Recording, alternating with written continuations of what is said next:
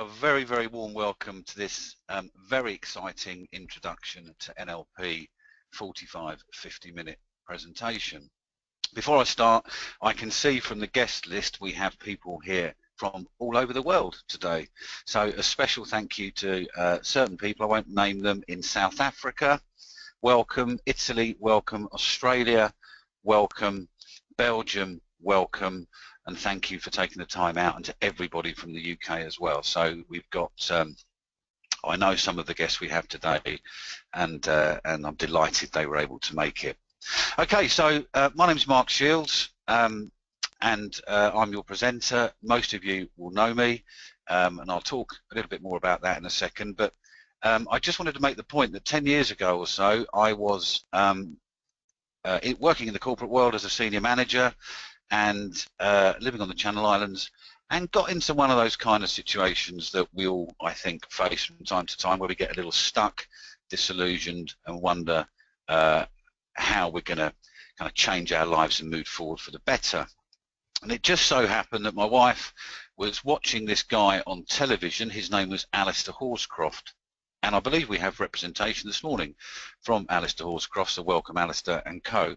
And he was marvellous. So here he is on the television, super looking, trendy, and delivering this amazing stuff called NLP that was literally changing somebody's life right there and then on the television. And in this guy's case, he was incapable of presenting at his own wedding, and Alistair spent 20 or 30 minutes with him, completely changed that guy's life. I was so taken aback by that I contacted Alistair, trained with him, brilliant trainer, and he taught me so much, and I then went on to run my own NLP company. So in the last 10 years, we're 10 years on now, Alistair and I are still great friends, still a massive admirer of his work, but in that 10 years we have forged a number of different companies. The Life Practice UK is a company that is all about life coaching and mentoring. The NLP Coaching Company is a company dedicated to leading edge NLP courses, master trainer, clinical holistic life coaching and business coaching. We've done and been extremely lucky, so we've managed to write a best-selling book, which is a Bible for coaches and therapists to help them set out in business and develop a success strategy for their business, and also contribute to a host of magazines as well, sharing what we know. So we're going to be talking to you today about, or give you an introduction to NLP. Okay, and NLP is a fantastic tool, but it's quite it's like sometimes learning another language, so we've kept it as simple as possible. But in a nutshell, NLP can help people improve their results. Everything about NLP is around improvement, life enhancement, following through on what you want in life, having the confidence to make the changes that you need to better your life, relationships, career, and so forth. So it's great. You can use NLP in your personal life and your professional life as well. So why are you here? I guess for a multitude of different reasons.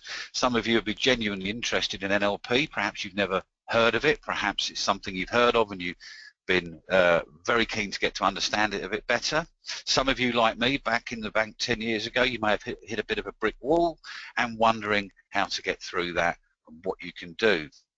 Some of you might be looking for change, but you simply don't know how to facilitate that change. NLP will show you how. I hope you're not, but some of you might be struggling with some key relationships. Believe it or not, the two most important relationships in your life are that of your partner and your boss, and NLP certainly helps you work and take control of both of those relationships in a successful way. Some of you may be looking to become an NLP coach. This might be the beginning of your journey to learn some foundation level stuff just around what it is and what it does. And some of you may be looking to improve your communication, and NLP is famous for improving communication styles, making people far more effective when they communicate. So what's it all about? What is NLP all about? Well, NLP, really the origins of NLP are in the study in the art and science of human excellence, okay? How successful people think, act and behave. And how do they do that? Why are some people in life so successful and seem to bowl through life and they seem to get everything they want, they're happy, they've got a great job? Why is that? So NLP looks at the science of achievement and how can we proactively take our own lives in that same direction. And we call that modelling. It's an NLP term, we're going to talk about it later, but it's coding excellence by observing success, okay? So watching other people. And it's just an interesting statistic and it's been debated a lot, but some people in life are hugely successful and others aren't. You know, why is it that 2% of the world's population own the majority of its wealth? Why is that? How do they do it? Okay, so right from the beginning then, so what is NLP? Well, NLP stands for Neuro-Linguistic Programming, and we've just broken it down here. Neuro, how the mind and body interact, and how we take in information and how we think. So that's the process in which we filter information and how our body and mind interacts. Linguistic is the use of verbal and non-verbal language. And finally, programming is the study of the thinking and behavioural patterns or programs which people use in their daily lives. Going back to those successful people, what do they do? How do they think and how do they get the success that they want? So the history of NLP, it began in the 1970s. Dr. Richard Bandler and John Grinder are responsible for what NLP is today. So they're the founders. And they were very curious and passionate about finding out in the world of personal development and therapy why certain therapists were more successful and how did they get the great results they got with some of their clients when so many other people didn't do that. And they studied Virginia Satir, and most famously of all, Milton Erickson. Milton Erickson's a hypnotherapist, and they studied their language patterns, how they thought, what they did, how they prepared, and so forth. And that's why today there's a very close connection between hypnotherapy and NLP. The origins of that go right back to this. They added codes of excellence by observing how effective people communicated, and by anybody applying these codes would bring people great results. Okay, so they almost wrote programs for success. So Richard Bandler and John Grinder discovered a number of things during this process, and this is so important. They discovered that 90% of the interaction, the communication that we have, all of us, is actually unconscious. Okay, 90% of the way we communicate with people, we probably don't even know we're doing half the time. Okay, so they looked at ways of recognizing that. They discovered that methods of communication, such as things that, again, we probably wouldn't even acknowledge, but how we spoke, our voice tonality, our body language and our eye movements give indications of what's actually going on in the brain. So NLP can actually look at the way somebody's eyes are going and they can tell exactly what they're thinking in answer to a question. They studied both the conscious and the unconscious mind. Now, everybody processes information in two ways. We have one mind and two processing systems. The conscious mind can cope with a number of things at one time, while the unconscious mind, the great big computer, captures everything. Okay, millions and millions and millions of bits of information are housed down there in the unconscious mind. In the conscious mind, our system one brain, our Mr. Spot brain, makes decisions every day. You made a conscious decision to come on this webinar. And they recognized how important and significant the role of the unconscious mind is in terms of the art and science of studying excellence, human behaviour, the results that those therapists got. And I've just touched on the differences between the two.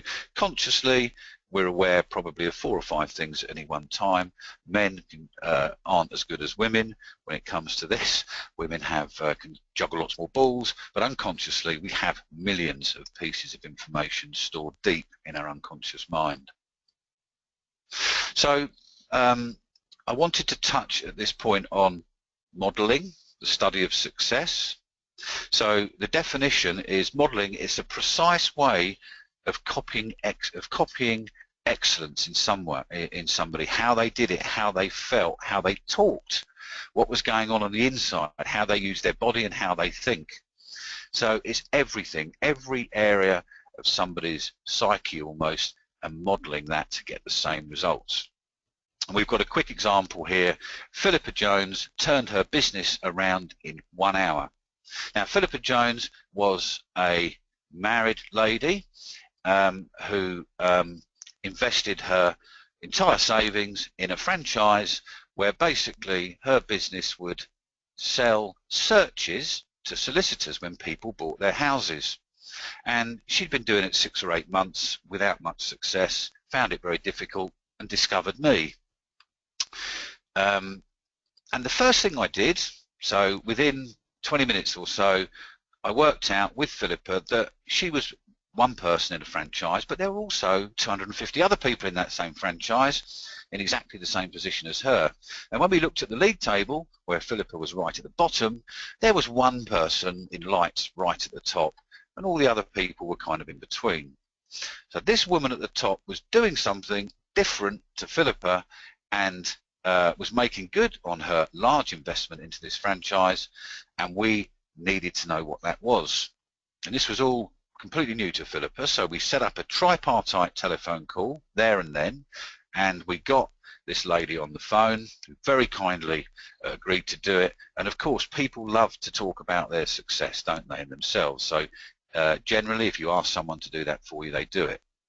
And in that 1 hour, we learned that this lady lived and breathed her business with a passion.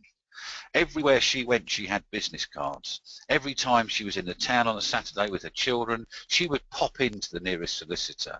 And she had a wonderful approach, non-threatening, with a child. And she was fantastic. And she told us exactly what she thought, how she felt, and all those things that you can't see. And she shared with us. And over the next 4 weeks, Philippa Jones adopted these principles, modelled this lady, and her business just went off the radar. So there's just one example of modelling excellence. Okay. How can NLP help individuals, people like you and me?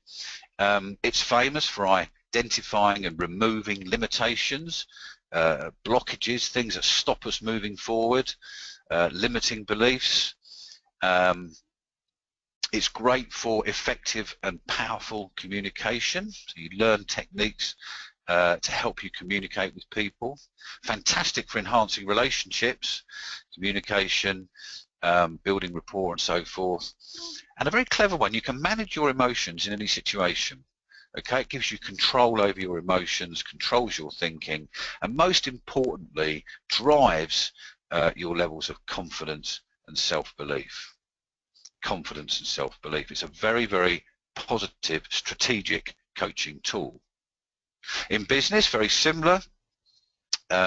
Sales teams, boards, groups of people, they can improve their overall profits by modelling competitors. And I would have to very honestly say right now, I would never get involved in a business that wasn't working what I call a proven business model. So we know it works. You limitate all risk. Effectively managing your internal mindset, the control that NLP gives you over your thinking and the way you process information. Your influencing skills are greatly enhanced when you understand the principles of NLP. And wouldn't it be fantastic to be able to influence your boss and colleagues, wife or husband, and actually work towards getting what you wanted? It helps you overcome challenges, in all walks of life. It's extremely motivational. It helps you learn to motivate yourself and the people around you, communicate effectively, and think that much more clearly to help you make better decisions. And we'll come on to that in a little while. So there are 4 areas of NLP at this level, really. 4 main areas we look at. So we look at rapport, the TOTE, which is a strategy elicitation process, which is very simple. We look at sensory acuity, so the importance of our senses as we process information, and we also look at the importance of flexibility. The more flexible you can become, the better the results that you can get. So the first thing we're going to look at is rapport, the ability to relate to other people, creating trust and understanding, seeing the other person's point of view, enabling them to see yours as well, relating and influencing. And there's a phrase that keeps coming up over the last 6 or 8 months, and I kind of link it perhaps in a sales situation, but it could be used in personal world as well. Use rapport to get somebody to like you, to trust you, eventually to buy from you, and if they're happy, refer you to somebody else. The TOTE, test, operate, test, exit. This is very simple, sounds very complicated. All it is, it's eliciting a proven success strategy. So you can almost begin something knowing that you're going to have a well-formed outcome at the end. We've got a brief example here of modeling somebody's performance nerves, okay, and this was working with somebody this week. Okay, so strategy elicitation, performance nerves. Person A, who doesn't do this very well, if we look at her thinking and behavioural patterns, she worries the night before, gets worked up, thinks a lot about it, the negative dialogue kicks in, there's loads of destructive self-talk, she's telling herself it's going to be terrible, she gets hot, sweaty, hot and shaky, goes on, has a very nervous experience, feels she's failed, comes away, confidence takes a plummet, and that cycle spirals downwards. If she'd have modelled the person next door, person B, who does this in a completely different way, so she visualises success the night before and starts to build her confidence, goes through this process, positive self-talk, affirmations, building her confidence. She's focused, smart, shoulders back and relaxed, and she delivers her presentation, has success, and of course we call that mental muscle. That reinforces confidence and actually makes you better the next time you do it. So person A, if modelled person B and changed her TOTE, we could elicit a far more powerful strategy for that person. Okay, looking at the sensory acuity, NLP helps us understand how our senses, sight, smell, touch, so forth, how they interact with us and how they affect our perception of the world, how they affect us and other people, how to align them to help us communicate using these senses, and most importantly of all, recognizing we all communicate differently. Some people are very visual, some people base a lot of their decisions on what they see or what they feel, other people what they smell, some people what they hear. So we're all different, and it's important to understand that. This is one of my favourites, behavioural flexibility. I think probably back in those days at the bank 10 years ago, I wasn't very good at this one, okay? But be as flexible as you can possibly be. So when you're making a decision, when you're debating a subject with your boss or your wife or your partner or whatever, be really flexible. The more flexible you are, the more options you're going to have, and the chances are you're going to get where you need to go. So looking at the angle to achieve levels of success from many places, not just where you're coming from. Have as many options open in your mind as possible. Be as flexible as you can possibly be. If you always do what you've always done, you'll always get what you've always got. Makes sense, doesn't it? But how many people get up every day and do the same thing and expect things to be different? You're deluding yourselves. It doesn't work like that. Okay, keep changing until you achieve your desired goal. Keep trying new things. Keep looking at the people around you that are doing a great job. If you're a landscape gardener and you're running a business and you want to take it to another level, find a landscape gardener in your area that is doing just that, and model them. Get to know them and model them. Keep changing. Anything is possible. Don't rule it out. Okay, the presuppositions of NLP, very interesting. I would like you to think about that title, presuppositions, and think of it, it's also called empowering beliefs. Okay, empowering beliefs. Now, the presuppositions of NLP, these are a set of empowering beliefs that NLPers like me and Tracy and our team, we live and die by these things. We truly have these a set of life's rules, if you like. Not everybody does, and there's nothing to document it to say that this is right, but it's part of the NLP model and it's very powerful. And they're applied in practical ways in our daily life. And this challenges and changes our current belief systems. So when you learn these, and we'll look at a few of them in a moment, you might not agree with some of them, but over a period of time, you'll see the benefit of using them. So the presuppositions. The first and most famous one of all, and we will look at that in isolation in a moment, the map is not the territory. Okay, so anybody out there that's done a little bit of NLP will probably have heard of that. That's the most famous one of all, and I will share a bit more of that in a second. Every behavior has a positive intention. So as NLP coaches, we truly believe that people's behavior might appear off the wall or unacceptable, but we believe the cause of that behavior will have had a positive intention. Okay, we don't judge people. Okay, so we work with that and we try and redirect that positive intention sometimes, because that, as human beings, our psyche means that we're always going to work towards pleasure and away from pain, and everything about this has a positive intention. If someone's got a drinking problem, they drink every night, they're doing it, they might get drunk and then behave badly, but the reason they're doing it is perhaps they've lost a loved one in the last couple of months and they're trying to help themselves feel a bit better. It may not be sensible, but it has a positive intention behind the behavior. We truly believe there's no failure, only feedback. Can you imagine if you for the next month you just tried this? So instead of having a go at somebody or moaning at somebody or getting angry with somebody, say, can I give you some feedback about that? Ask their permission and then tell them in a nice way what they might have considered to do differently. And you yourself, I always ask for feedback after everything I've done, because it's the only way you're going to get better. No one's perfect. I get constructive feedback after every course, every big talk I do, every piece of work I do, and every time it helps me. So even after doing this for all these years, I still learn things by getting great feedback from people. And instead of, if I feel that something needs to be said, I will say, can I give you some feedback? Even to my wife, drives her crazy. Okay, the meaning of the communication is the response it gets.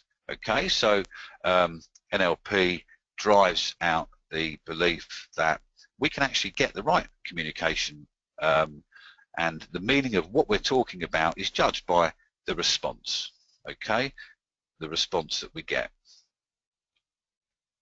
Okay, we also believe that everybody has the resources to achieve what they need. Okay, to achieve what they need.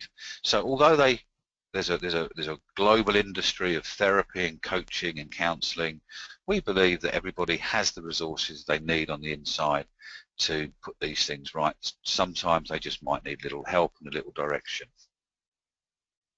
If what you're doing is not working, quite simple, do something different. Why carry on? I can't actually, it's getting difficult to see these bottom slides because I've got a menu come up on the right. But in any system, the person with the most flexibility and the most options controls the situation.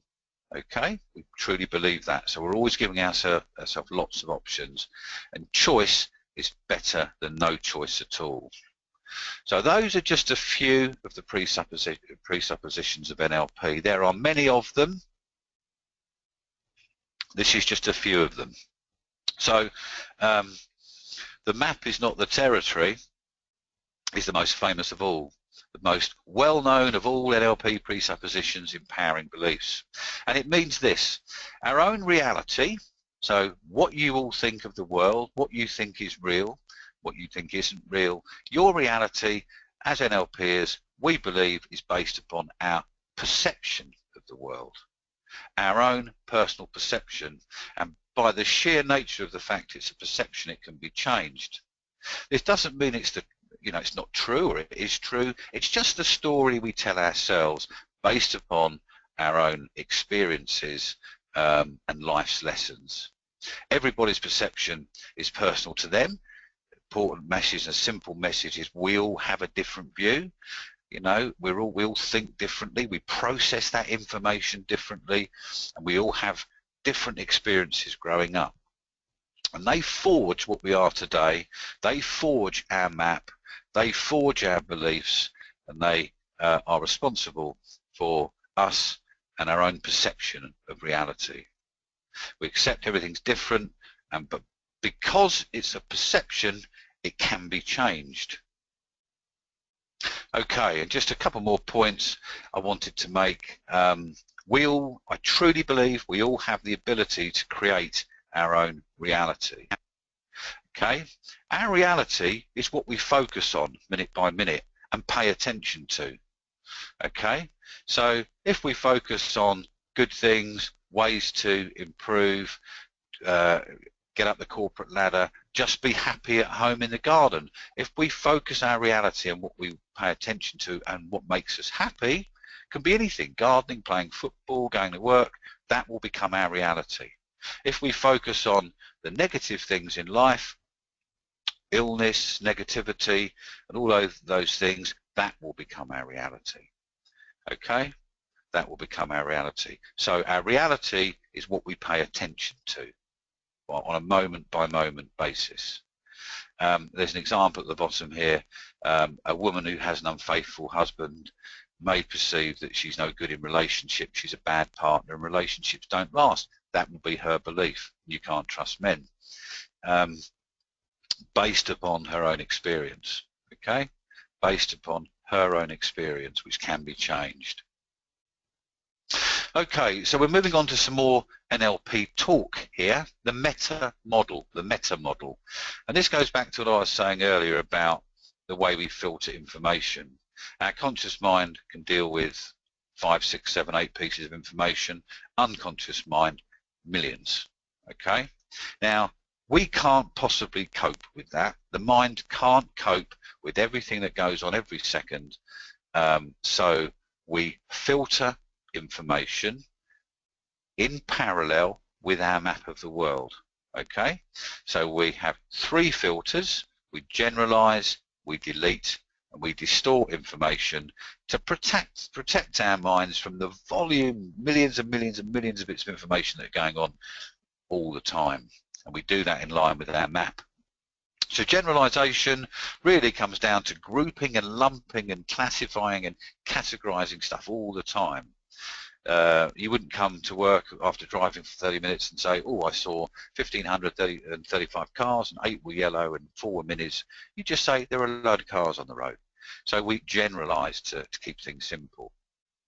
There's an example there: all men ever think about is sex, or women always behave like that. Just generalizing. Okay, generalizing to protect the head. Deletion is another one. This is nature's economy program. Without deletion, our brain would be overloaded. There'd be so much information going on at any one time, our brain would frazzle.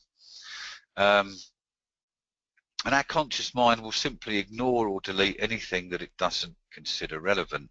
I'm sure you can remember times when you talk to somebody and they just don't listen, do they? They're looking at you, or they're looking over your shoulder, but they're not processing anything, possibly because it's not in line with their map.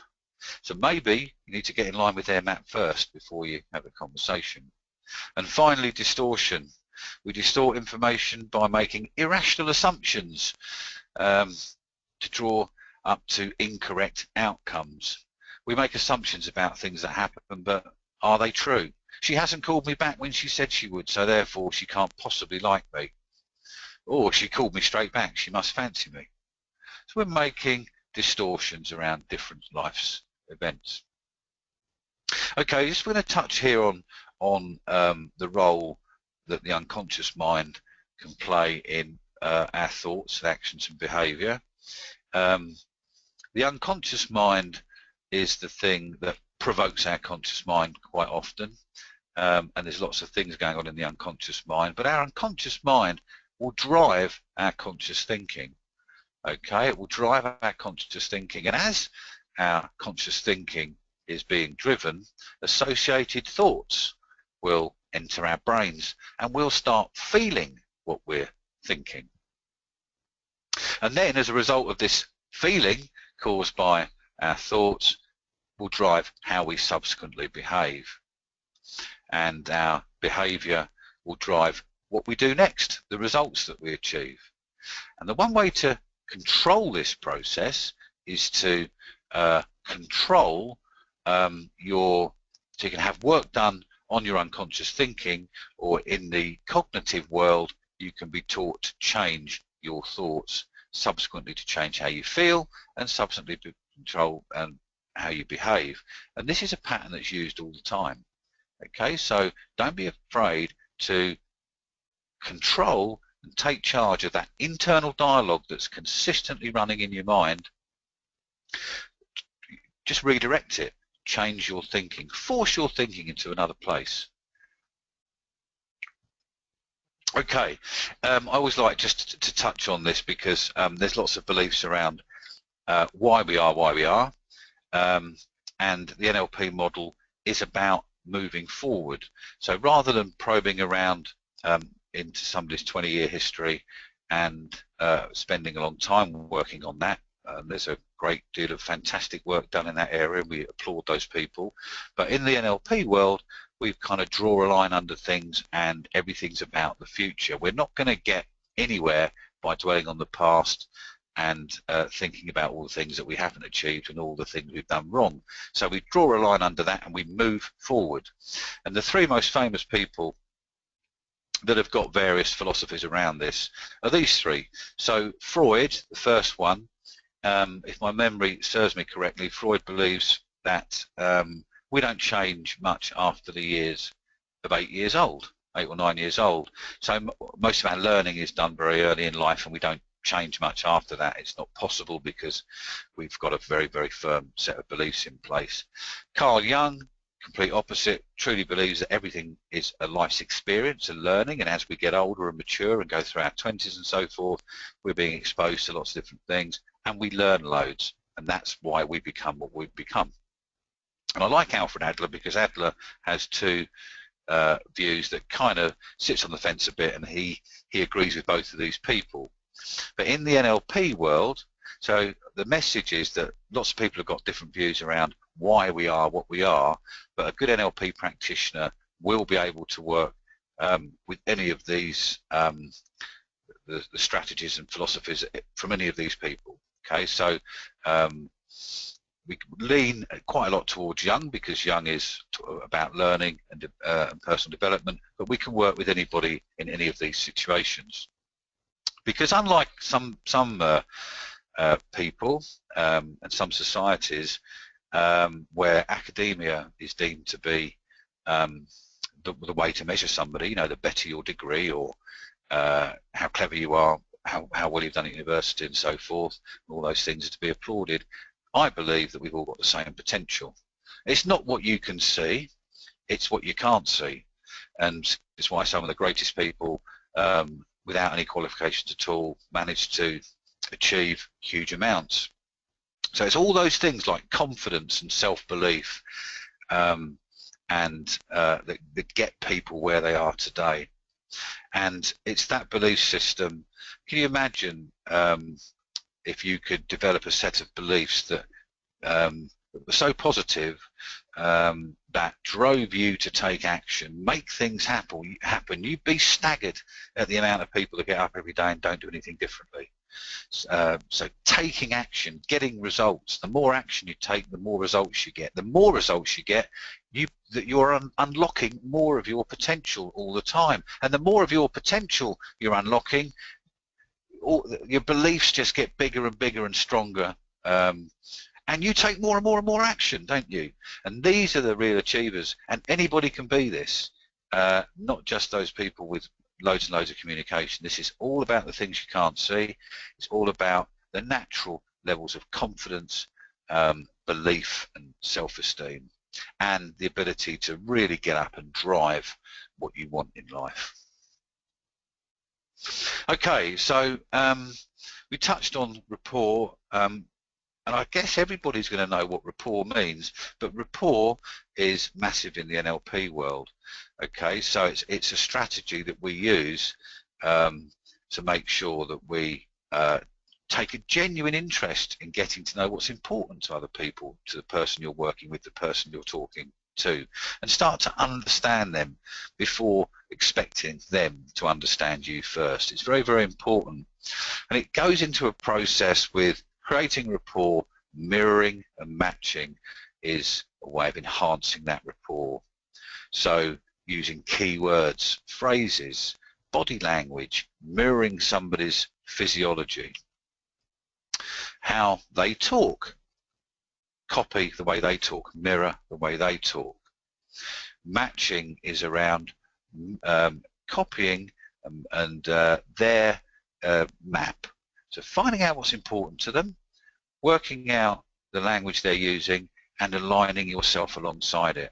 Okay, so you are building great rapport. It's like two people having a conversation that are getting on tremendously well because they've got so much in common, but you're actually matching everything they're saying, and it's very, very clever stuff. Okay. And then finally, in the rapport building process, pace and lead. So again, as a practitioner or even out there in the world, once you've leveled and met somebody in the middle of their map, so you've built that bridge, then it's the time to lead someone on to where you want them to go. So you build rapport, you mirror match, you match into the different parts of their map, and then you lead them somewhere where to other possibilities and other choices. Okay, sensory acuity, the representational systems, this simply means our senses. Okay, our senses. So we all have 5 senses. There they are for you to see: sight, touch, hear, smell, taste. The important thing to understand about this is that everybody's different in terms of how strong or weak they are in some of these areas. So kinesthetic people are very emotional. They can be generous, kind, touchy-feely. They base a lot of decisions on their gut feel. But it's important that you understand that everybody's different. We process information in a different way, and all the things, we're all part of those, but some much stronger in other areas. It's also worth knowing that 90% of people are visual or kinesthetic, or both. That gives you a good starter. We use these symptoms to organise, code, store and attach meaning to every experience that we have. So visual people, how would you know they were visual? Well, they're probably well organised, neat and well groomed. They like to be shown concepts, ideas, or how something is done. And they remember faces much more easily than they remember names. Auditory, these people are more aware of subtle change in the tone of your voice, perhaps, because they can be more responsive to certain tones of voice. They learn by listening and asking questions.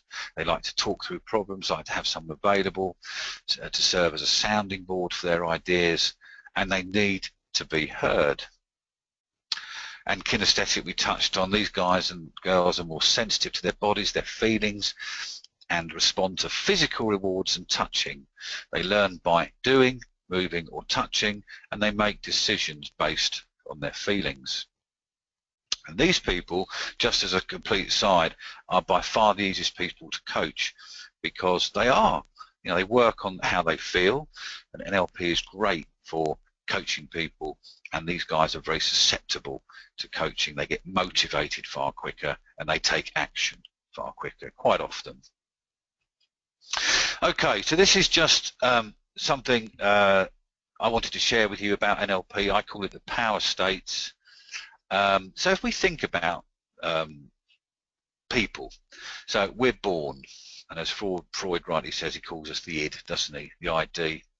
And as we grow, we learn, we develop opinions, and we change, and we become something different. We develop an ego, often, and some people a superego.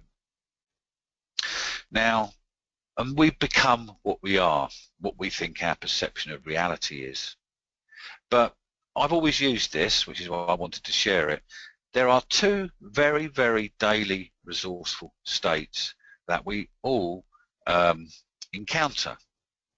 And those daily resourceful states are when we enter the theta brainwave state. And if you haven't guessed it, it's when we are falling asleep at night, just in the moments before we fall asleep, in the moments that we wake up. We are in a hypnotic state almost, where we can visualize and look into the day. And what some people truly believe is we can influence how we're going to feel that day, what we're going to do, and how successful we're going to be. You're almost in a state of self-hypnosis. And I've worked with a number of world champion sportsmen in my time, and all of them will utilize that theta brainwave state in the morning, especially in the evening, by visualizing their success that day. Okay, visualizing that success, and they refer to that as they have the power to create their own day by seeing it in advance whilst they're in that very powerful, resourceful theta brainwave state. Okay, I wanted to talk briefly around NLP coaching. And NLP coaching, because it's very difficult when you do a presentation like this, it's very factual, but there's a vast network of fantastic NLP coaches and trainers out there, and they work with people to help change people's perceptions of life. So somebody might be in a particular place and needs to change quickly, and NLP coaches will help them to do that. And they do that primarily working with the unconscious mind and using some fantastic NLP techniques, which you will learn on an NLP practitioner course and be shown how to do these things, which reminds me of all those years ago with Alistair. And you can change your client's perception of reality by identifying and working with their strongest representational system. It's very, very clever stuff. I was with a client late last night. I managed to change something that was very, very important to her and creating a lot of distress. And by working with the clients in this way and coaching using NLP techniques, you can create new perceptions in clients, and you can change beliefs. And quite often people have inherited their parents' beliefs. They're not even their beliefs at all. So it's a very effective technique. It's almost like installing a new program, a success program, in somebody's unconscious mind. Okay, I'm coming towards the end of my time now, my 45 minutes that my wife told me I had. I just wanted to acknowledge a couple of people at this time, and first of all, my good friend and trainer, my coach, Alistair Horscroft, who is, in my opinion, one of the world's greatest NLPers. He's now out in Noosa, Australia, running his courses, does a fantastic job, and if it wasn't for him, I would never have changed my life 10 years ago. So thank you to Alistair. Another lady that's working out in LA at the moment, who's had the fortune to work with Esther and Jerry Hicks in the past. Unfortunately, Jerry Hicks is dead now, but they are responsible for the book Ask and It Is Given, and that's subsequently went on to become The Secret. Thank you to Danielle. And finally, this guy, Paul McBride, aka Paul Kinsella, was on Alistair Hall's course years ago, and we met and became friends, and he used these techniques, and as a result of that he won 3 WKA World Kickboxing Champion titles, NLP. He lives and breathes it even. We have a question. So great intro. Thank you, Karen and Mark. How many NLP techniques are there? So a question for you, Mark. How many NLP techniques are there? Wow. Never been asked that before. I have my co-trainer here with me who's counting on her fingers at the moment. I would say there's probably, we reckon around 20, although any good NLP trainer will take the nucleus of the core NLP syllabus and skill sets and develop more. But there's probably 20 in the national syllabus, but then you'll find lots of new stuff that people have developed that's really good as well. There's a lot of techniques. Okay, great. Thanks for your question, Sonal. That's great. I hope that answered it for you. Has anyone got any other questions?